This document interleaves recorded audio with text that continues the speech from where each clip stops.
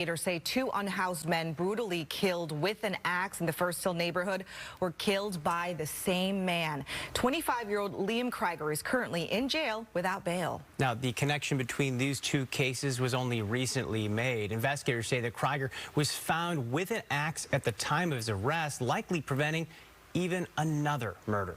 Fox 13's Alejandro Guzman is joining us live from the newsroom. Both of these men were defenseless. They were unhoused people sleeping. Court documents say Liam Kryger scouted the areas before attacking them. He passed by the victims, backtracked, and then returned to attack. He was just very peaceful, patient. Paul Ewell, an unhoused man loved by his neighbors, since reeling from the brutal attack that killed him back on February 10th. It was scary. It was like, why would anyone do this to him? Paul was only 68 years old when a friendly neighbor found him bleeding while walking his dog that morning. Court documents now painting a clear picture of the man allegedly behind the ambush say in less than 2 weeks, Liam Kryger deliberately targeted two unhoused men as they slept outside, hitting them with an axe in the head.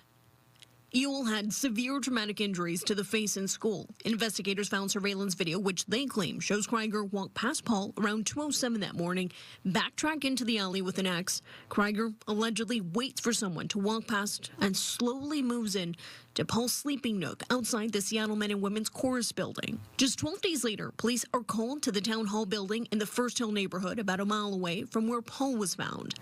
A man lying under a tarpaulin blanket was found dead around 5:10 a.m. He, too, had a deep cut on his head, about 5 to 7 inches.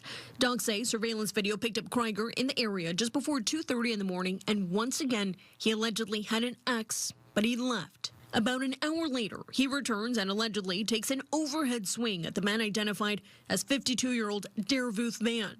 Concerned with the violence, police set up surveillance ops. One of our detectives spotted a person with an object. That person took off running from the detectives, and he dropped an object which ended up later being recovered was an axe. Kryger gets away, but he's no longer armed.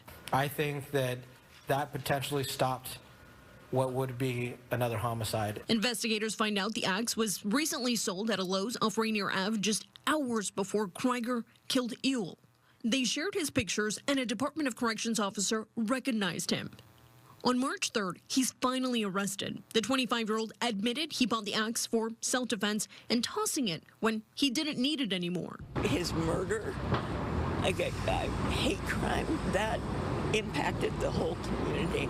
Violence and hate against unhoused folks has only increased, according to the National Coalition for the Homeless. Their latest report says between 2020 and 2022, they had 97 reported acts of violence. Almost half of them were deadly. It doesn't matter who the victim is. Prosecutors want accountability when we have accusations like this. The King County Prosecutor Attorney's Office has filed 2 counts of murder in the first degree with a deadly weapon.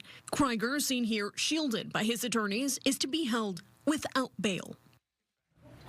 Now, when officers searched Kryger's home, they found a computer stolen from the Men and Women's Chorus building just days before Paul was killed. I reached out to his public defender, who declined to comment. Now, if convicted, Kryger could spend the rest of his life in prison. Back to you.